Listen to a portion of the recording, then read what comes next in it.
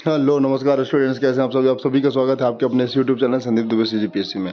आज हम लोग श्रम निरीक्षक ठीक एग्जाम 2014 का मॉडल आंसर देखने जा रहे हैं। ठीक, ये ऑथेंटिक प्रश्न है, आंसर भी व्यापम के द्वारा ही लिया गया था। सो इसको आप मान सकते हो। और इस प्रकार के प्रश्न आएंगे, यही नहीं आएंगे बट इस प्रकार के आएंगे, तो अपने आप को इस प्रकार से तैयार रखिएगा। इसके बाद 2018 का जो पेपर था उसको डिस्कशन करेंगे। बट स्टार्ट करते हैं आज के सेशन को। अगर चैनल में नए होंगे तो चैनल को क्या करना भैया, सब्सक्राइब करना। ठीक, स्टार्ट करते हैं। पहला प्रश्न था कि राष्ट्रीय एकता दिवस किसके जन्म दिवस के अवसर पर मनाया जाता है? ये सरदार वल्लभ भाई पटेल। डेट बता डेट आप कमेंट सेक्शन में बताइएगा ना, कौन सा डेट को होता है। ठीक है, ये स्टैटिक का है और ऐसा नहीं का एक क्वेश्चन रिपीट नहीं होगा। मैं भी आ जाए, एक आध क्वेश्चन मिल गया, बहुत अच्छी बात है। ठीक है, आगे बढ़ते हैं। ठीक, अगला प्रश्न है जोड़ी 1 और जोड़ी 2 को सुमेलित करना है। मैं आपको इसका सीधा आंसर बताऊंगा। जैसे सीमेंट होता है कैल्शियम और एल्यूमिनेट के सिलिकेट। कांच होता है सोडियम ऑक्साइड और कैल्शियम ऑक्साइड एवं अमृत का मिश्रण। शाही होता है ब्लैक कार्बन, जबकि साबुन होता है उच्च वसी अम्लों के सोडियम लवण। मतलब इसका आंसर आएगा 4 3 2 1। ऑप्शन में ऐसी था, इसको आप ध्यान में रखना। ये आपके आगामी एग्जाम में आ सकता है, इसको भी ध्यान में रखना। ठीक, देखो ये क्वेश्चन करंट अफेयर का क्वेश्चन है कि भारत अफ्रीका सम्मेलन में कितने अफ्रीका देशों ने भाग लेते? 54। तो इसको आपको भाई स्किप कर देना, इसको आपको ध्यान में नहीं रखना, लेकिन करंट अफेयर का है तो करंट अफेयर पढ़िएगा। अगला प्रश्न है कि निम्नलिखित में से किस स्थान के किले में अकबर की जहांगीरी महल बनाया गया था? तो जहांगीरी जो महल था ना, वो आगरा में बनाया गया था। आगरा मतलब वो यूपी। आगे अगला प्रश्न है संविधान से संबंधित है कि भारतीय संविधान के अनुच्छेद 20 में निम्नलिखित में से क्या सम्मिलित है? देखो, कर्तव्य विधि के संरक्षण से संबंधित है, दोहरे दंड से संरक्षण है, आत्म अभिशंसन के संरक्षण। मतलब इसका मतलब ये है कि अगर अगर आप कोई काम कर रहे हैं, आप अगर कोई गलती कर रहे हैं तो आप अपने खिलाफ गवाही नहीं दे सकते, पहला शब्द। दूसरा, अगर आपने एक बार किसी गलती का सजा काटा तो दूसरा दोबारा उसी गलती की सजा नहीं मिलेगा आपको, ये दूसरा। तीसरा, और आपको जबरदस्ती को ये नहीं कह सकता कि आप अपने हिसाब से आप अपने गलती को स्वीकार करें, या आपका अगर कानून नहीं बना है। इसका मतलब ये है कि मान लो कोई कानून, आप 16 साल में कुछ गलत करते हैं और कानून बोलता है कि 18 साल मिनिमम होना चाहिए, तो इससे अगर 18 साल से कम है तो भाई उसमें विधि में तो लिखा नहीं है, तो आपको इसके प्रति सजा आपको नहीं मिलेगा, ये बताया गया है। तो ये अनुच्छेद 20 में संविधान में उल्लेखित है। मैं आपको इन शब्दों को लेकर बता रहा था। अब इसका आंसर होना चाहिए तीनों, 1 2 3। अगला प्रश्न है कितने उद्योग को कोर सेक्टर में शामिल किया गया था? तब 8 थे, अभी वर्तमान में कितने हैं आप बताइए? 9 10 11। ये आपके पास ऑप्शन है। अगला प्रश्न है 2011 की जनगणना के आधार पर सर्वाधिक वृद्धि दर वाला जो जिला था वो अरुणाचल प्रदेश का कुरंग कुमे जिला था। ये देखो, ये भारत का करंट अफेयर है ना, तो उस समय जनगणना वाला करंट अफेयर था, तो यही जनगणना रिपीट होगा। तो जनगणना को आपको देखना है, पहला स्थान, लास्ट स्थान, साक्षरता में रहे या शिक्षा में रहे या सब में, जितने साक्षरता शिक्षा सेम ही होते हैं, जन्म दर मृत्यु दर सब में पहला और दूसरा देखना, जनसंख्या में पहला दूसरा देखना, तो आपका मोटा मोटा तैयार तो हो ही जाएगा। वैसे पढ़ चुके होंगे बट रिविजन करिएगा। आगे अगला प्रश्न दिया है कि भक्ति दर्शन पुष्टि मार्ग के संस्थापक कौन रहे? तो ये थे वल्लभाचार्य। कहाँ से? चंपारण से थे क्या? बिल्कुल। रामानुजाचार्य किससे संबंधित है? गणितज्ञ है ना, बताइए। निम्बार्काचार्य। तो ये जो जैन जो दर्शन है ना, तो दर्शन के बहुत महत्वपूर्ण टॉपिक है भैया, इसको आप करिएगा, यहाँ से एक प्रश्न बनेगा आपके आगामी एग्जाम में। अगला प्रश्न है कि गुजराती में निम्नलिखित में से कौन सा प्रसिद्ध उपन्यास गोवर्धन राम त्रिपाठी के द्वारा लिखा गया था? एक्चुअल में ना इसका सिनेरियो के बारे में पूछा गया है। जब ना गोवर्धन नाथ जो त्रिपाठी जी थे, सबसे पहले लिखा उन्होंने भारत दर्शन या भारतीय दर्शन, फिर लिखा देवी चौधरानी, फिर समाज, फिर सरस्वती चंद्र। तो ये क्वेश्चन को आप छोड़ सकते थे, तो ऐसे प्रश्नों को आपको देखने मिलेंगे जिसको आप छोड़ सकते हैं। हर क्वेश्चन को बनाना जरूरी नहीं है। अगला प्रश्न जो इतिहास से है, वाकाटक के पतन के पश्चात निम्नलिखित में से किसने उत्तरी कर्नाटक की समुद्री तटीय पट्टी में कदम्ब राज्य की स्थापना करी? तो कदम्ब राज्य की स्थापना करने वाले व्यक्ति थे मयूर शर्मन। तो अगर इस प्रश्न से अगर मैं कोई चीज़ को कनेक्ट करने की कोशिश करूँ तो आप ध्यान में रखना, जो प्रमुख संस्थापक हैं जो राज्य को स्थापित किए हैं, तो राजवंश के संस्थापक, उनकी राजधानी को आप पढ़ लीजिएगा, तो वहाँ से प्रश्न आपको देखने मिलेगा।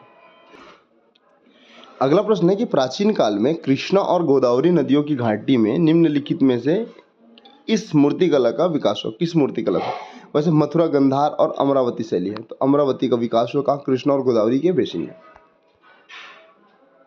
अगला प्रश्न है कि भारतीय संविधान के किस अनुच्छेद में न्यायिक पुनर्विलोकन आधारित है? देखो, अनुच्छेद 19 20, 21, 22। तो भारतीय संविधान का अनुच्छेद देखना है। न्यायिक पुनर्विलोकन की शक्ति 75वां संविधान संशोधन के द्वारा आया था। पहला चीज नवे अनुसूची में जोड़ा गया था। बट अगर आर्टिकल के बारे में बात करूँ तो इसमें चारों का विकल्प नहीं है, जहाँ तक मुझे लगता है।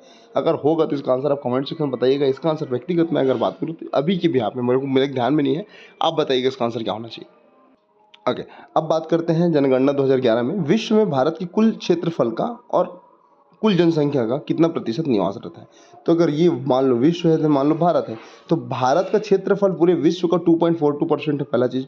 और जनसंख्या मान लो 1 लाख है, तो 1 लाख का लगभग 17.5% भारत की जनसंख्या है। मतलब 17.5, एक मोटा मोटा डाटा है। मतलब 1 अरब 21 करोड़ समथिंग है ना, वही ये 17.5 है। तो आपको ये ध्यान में रखना है। ओके, निम्नलिखित में से किस वर्ष में प्रसिद्ध कांग्रेस लीग समझौता हुआ था। तो ये 1916 है।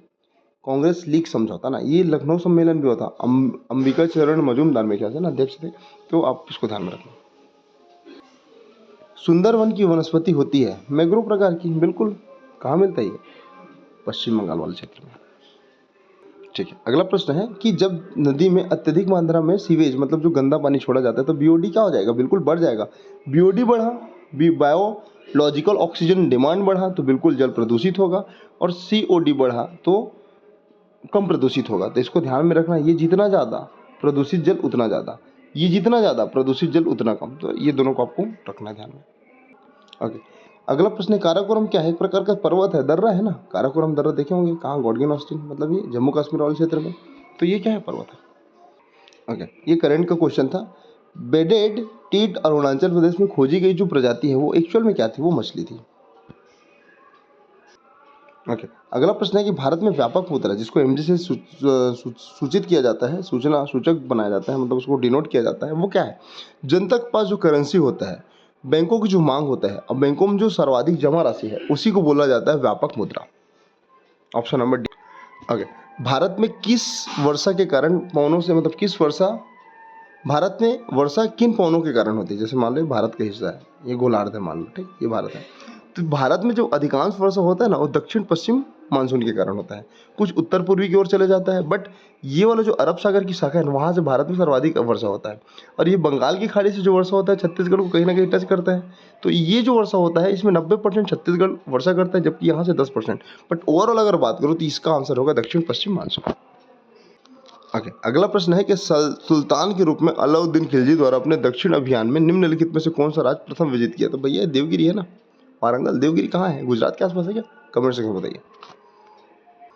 ओके, अगला प्रश्न है कि वातावरण में उपस्थित वातावरण में O2 ऑक्सीजन का अधिकांश भाग आपको कहाँ से प्राप्त होगा? किससे प्राप्त होता है? जिसको बोलते हैं फाइटोप्लैंक्टन। फ्लाइटोप्लैंक्टन मतलब ये समुद्र से प्राप्त किया जाता है। तो पहला चीज, दूसरा ऑक्सीजन यहाँ से सर्वाधिक मिलता है। ये हमारे जीवन के लिए बहुत ही महत्वपूर्ण है। ओके, अगला प्रश्न है कि सॉलिसिटर जनरल के विषय में क्या सही है? देखो, एक संवैधानिक पद है, बिल्कुल गलत, ये संवैधानिक पद नहीं है। दूसरा, ये एक वैधानिक पद है, हाँ बिल्कुल सही। तो एक आंसर हो सकता है। यह भारत में महान्यायवादी की सहायता करता है, हाँ बिल्कुल करता है, 3 भी सही हो सकता है। यह भारत में राष्ट्रपति का मुख्य वैधानिक सलाहकार है, गलत है। और लास्ट ऑप्शन क्या है? यह भारत सरकार का मुख्य वैधानिक सलाहकार है, नहीं, एक्चुअल में ये महान्यायवादी की सहायता के लिए नियुक्त किया जाता है। तो इसका आंसर क्या होना चाहिए? इसका आंसर होना चाहिए 2 और 3, ऑप्शन नंबर डी। ओके, अगला प्रश्न है कि निम्न कथनों पर विचार करिए। देखो, आयनिक यौगिक जल में विलय हैं, बिल्कुल सही। सहसंयोजी यौगिक जल में आयनित हो जाते हैं, ये गलत है। समन्वय या संकुल यौगिक आयनीकृत होकर सभी अवयवी आयन देते हैं, ये क्या है? ये भी गलत है। मतलब व्यापम, मेरे को ध्यान नहीं था, व्यापम का आंसर है। इसका आंसर आएगा 2 और 3 गलत, 1 सही। नेक्स्ट प्रश्न है कि 1840 में निम्नलिखित में से किसने महाराष्ट्र के प्रथम सुधारक संगठन परमहंस सभा की स्थापना करी? तो ये व्यक्ति थे दादोबा पांडुरंगा तरखेड़कर। दादोबा पांडुरंगा तरखेड़कर, ये नाम आपको ध्यान में रखना है, ये अच्छा क्वेश्चन बन सकता है इन फ्यूचर। ओके, अगला प्रश्न था जापान में मिनीमाता रोग जल में किसके प्रदूषण से हुआ था? देखो, एक्चुअल में ना करेंट का टॉपिक है, लेकिन मिनीमाता रोग अधिकांशतः पारा के कारण होता है। तो इसका आंसर ही ये आना चाहिए था, ये इसका आंसर है। अच्छा, मिथाइल आइसोसाइनाइड, कुछ समझ आ रहा है? भोपाल गैस कांड 1974, तो इसको ध्यान में रखना, कनेक्ट करके रखना।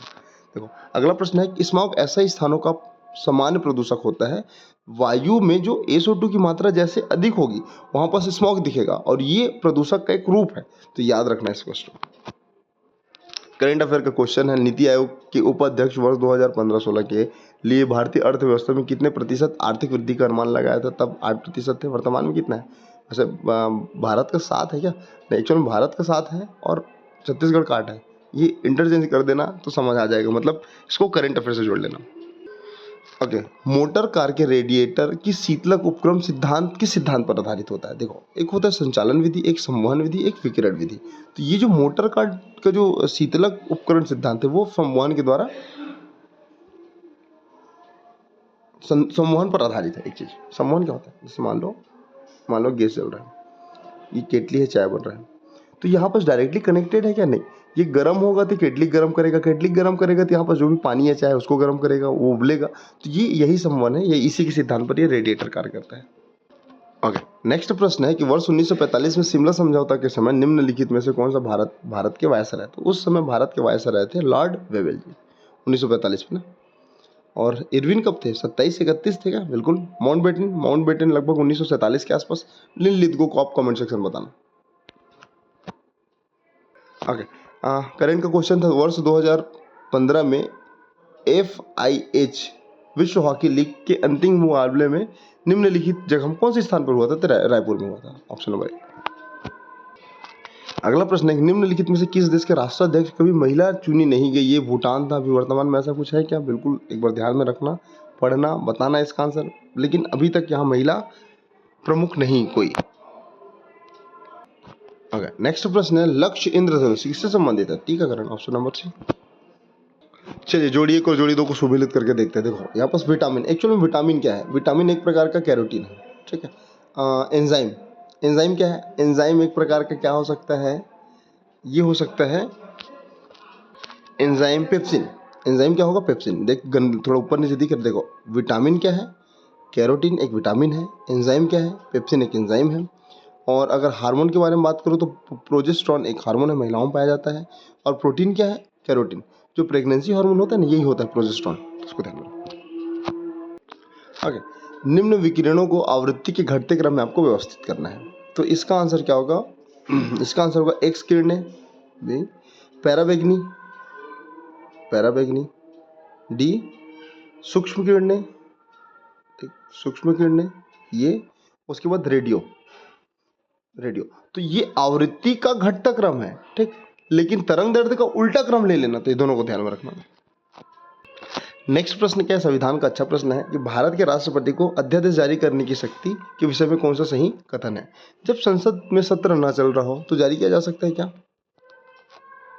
देखो, संसद में सत्र न चल रहा हो तो जारी किया जा सकता है, ऐसा नहीं। एक्चुअल में क्या है, जब संसद का सदन सत्र में ना हो तब जारी किया जाएगा। ये कथन सही, ये गलत। ओके, इसे वापस लिया जा सकता है? बिल्कुल लिया जा सकता है, ये भी सही।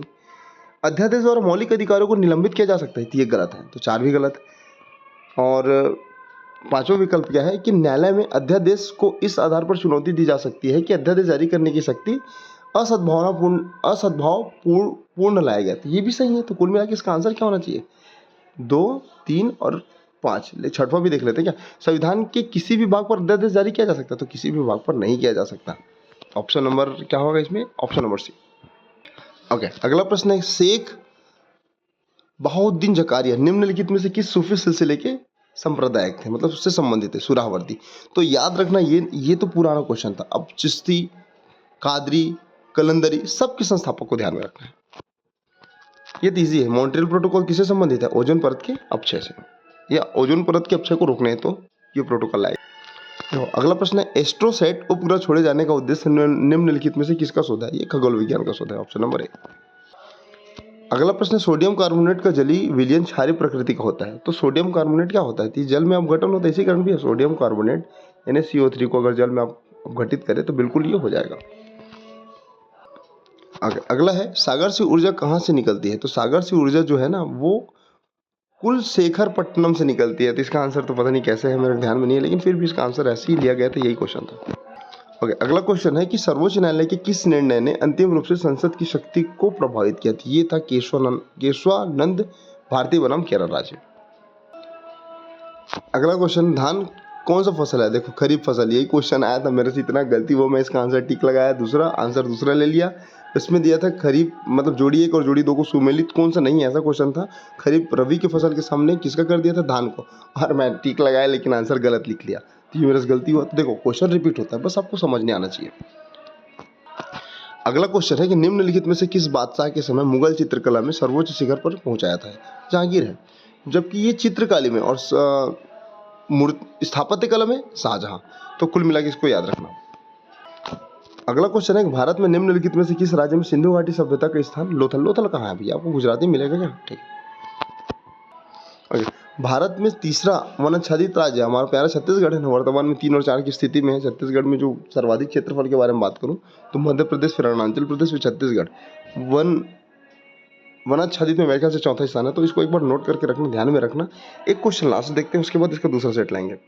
अगला क्वेश्चन है कि छत्तीसगढ़ राज्य के पंडित बंशीधर पांडे निम्नलिखित में से किस उपन्यास के रचनाकार है? हीरो के कहने से। दान लीला बता दो भैया, अपूर्वा की बात बता देना और नागलीला बता देना। इतना आज रखते हैं, बाकी की जो अगला सेक्शन रहेगा, बाकी जो अगला टॉपिक है कंटिन्यू रखेंगे, पूरा श्रम निरीक्षक का पेपर देखेंगे। मिलते हैं अगले वीडियो में, तब तक के लिए जय हिंद, जय छत्तीसगढ़।